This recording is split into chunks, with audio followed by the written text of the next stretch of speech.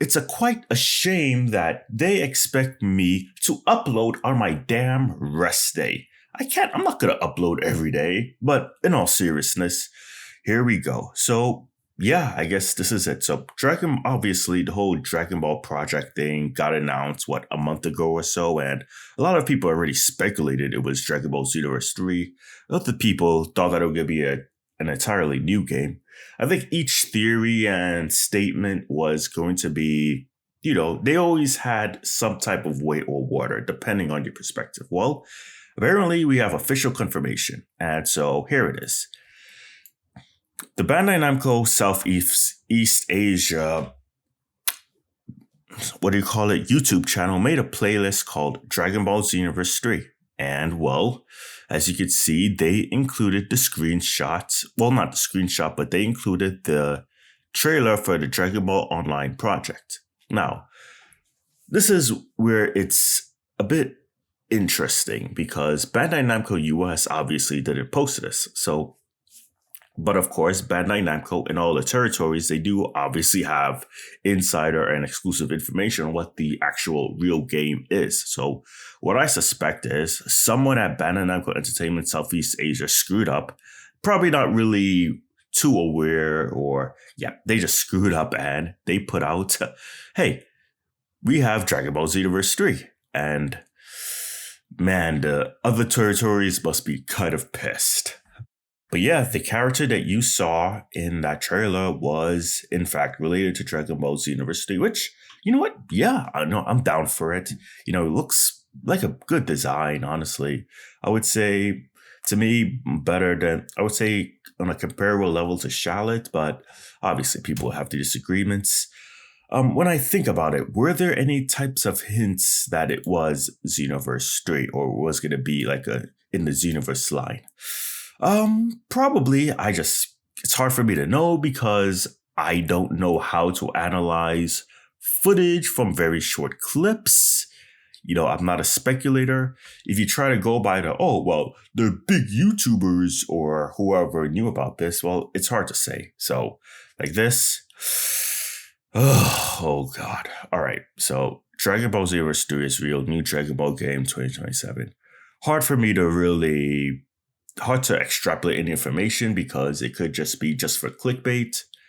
But maybe Bandai Namco US kind of hinted or told them, hey, this is what it was going to be about. And I don't know. It's hard to say. Even if I look at Ripecell, who I sometimes enjoy watching, depending on, not a bad person, pretty cool. But Dragon Ball Project Age 1000 is Dragon Ball Xenoverse 3.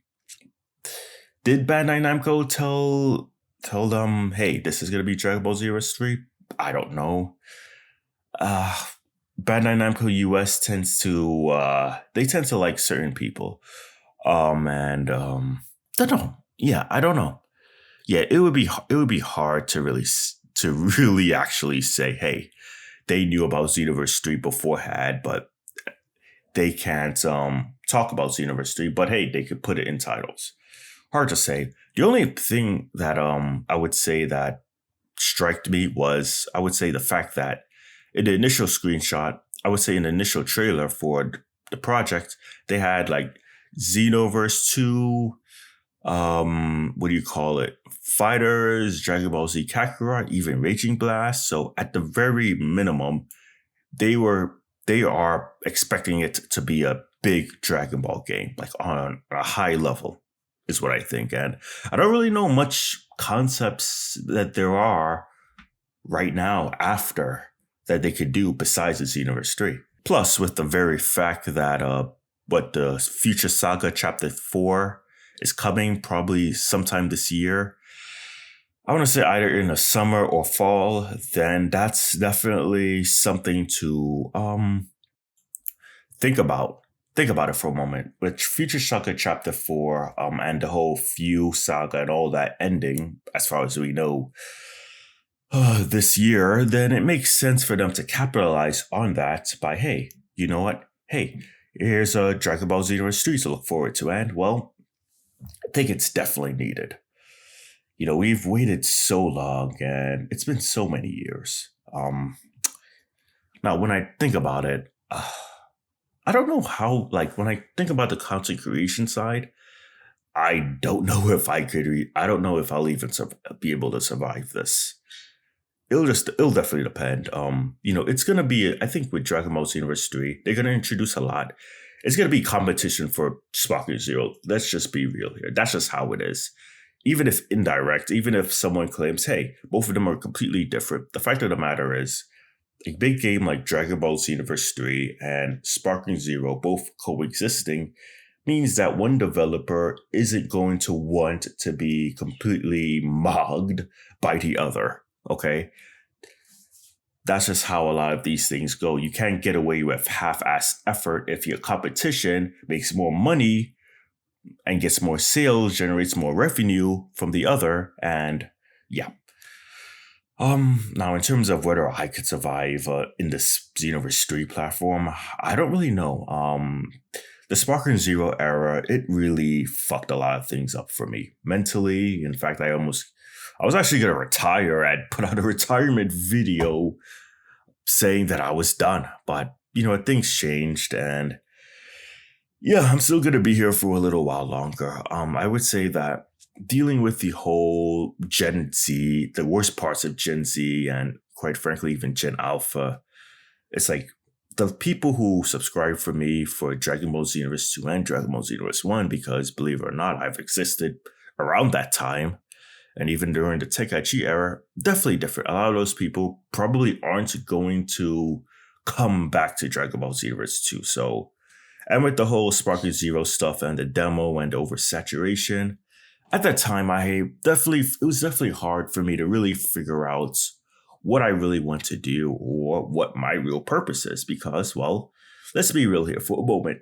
If you have like several dozen commentators or 100 people telling you that you're the second coming of the devil or that you're Hitler in YouTube fashion, it gets annoying and it gets numb after a while. But, and the whole clickbait stuff, which I don't care, I'll do clickbait, but they're not really comparable to the worst things of what people can do.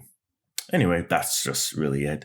It'll be interesting to see if a guy like Burcol will be coming back to YouTube, whether it be full-time or on a part-time capacity. He retired, or at least according to this title, he went into retirement, and he hasn't really posted since. And people, funny enough, they were definitely a bit worried or kind of concerned. Hey, we knew you for several months, no, several years, and we haven't heard from you. And Burcol, I'm sure, has his own things going. Even I don't know what's going on, but my personal theory was that Sparking Zero was oversaturated. Not really much to really do from a content creation perspective, and eventually, it's like you've been doing daily uploads, you kind of get burnt out. But yeah, let me know what you guys think of this announcement, or at least this leak. And be sure to give this video a like, subscribe if you're new, and I'll see you all next time.